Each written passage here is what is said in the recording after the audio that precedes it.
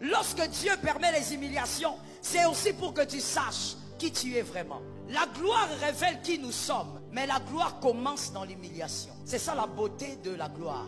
La gloire est cachée dans l'humiliation. C'est comme un gâteau dans lequel on cache quelque chose. Dans l'humiliation est cachée ta gloire. Et dans l'humiliation, c'est là qu'on sait qui tu es vraiment. Les types d'humiliation qui s'attachent à toi définissent qui tu es. Voilà pourquoi tout le monde ne peut pas être humilié de n'importe quelle manière. Il y a des gens que le Seigneur va épargner. Parce que si tu arrives à être humilié comme ça, tu vas abandonner Dieu. Mais il y a des personnes dont la gloire est grande. Et Dieu permet une humiliation aussi profonde. Lorsque Dieu veut aussi que les hommes connaissent ton Dieu, Dieu permet une humiliation profonde.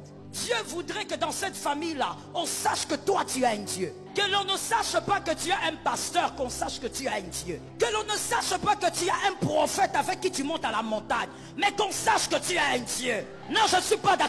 Vous remarquez là, l'arche de Dieu est en train d'entrer. David est en train de danser. Mais Michal est au niveau de la fenêtre en train de regarder celui qui loue. Alors maintenant, allons-y, je vais vous montrer comment est-ce que la première chose que nous pouvons tirer comme différence ou parallélisme entre les deux, c'est que Michal représente les chrétiens spectateurs dans la présence de Dieu. Ce sont des chrétiens qui sont spectateurs et observateurs dans la présence de Dieu. Tandis que David représente les chrétiens acteurs et expressifs dans la présence de Dieu.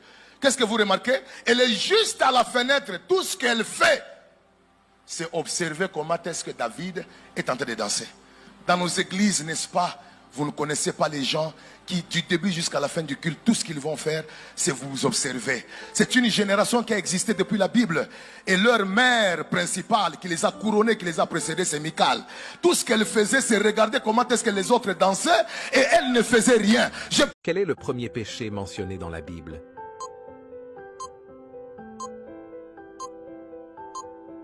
Réponse C. Désobéissance. Qui a trahi Jésus pour 30 pièces d'argent?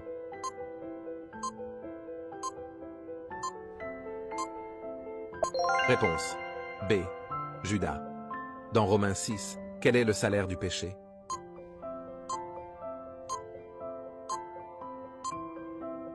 Réponse A. La mort. Quel apôtre a écrit que l'amour de l'argent est la racine de tous les maux?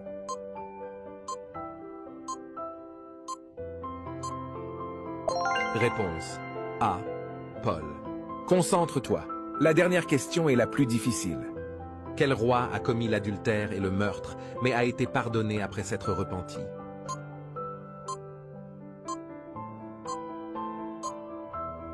Réponse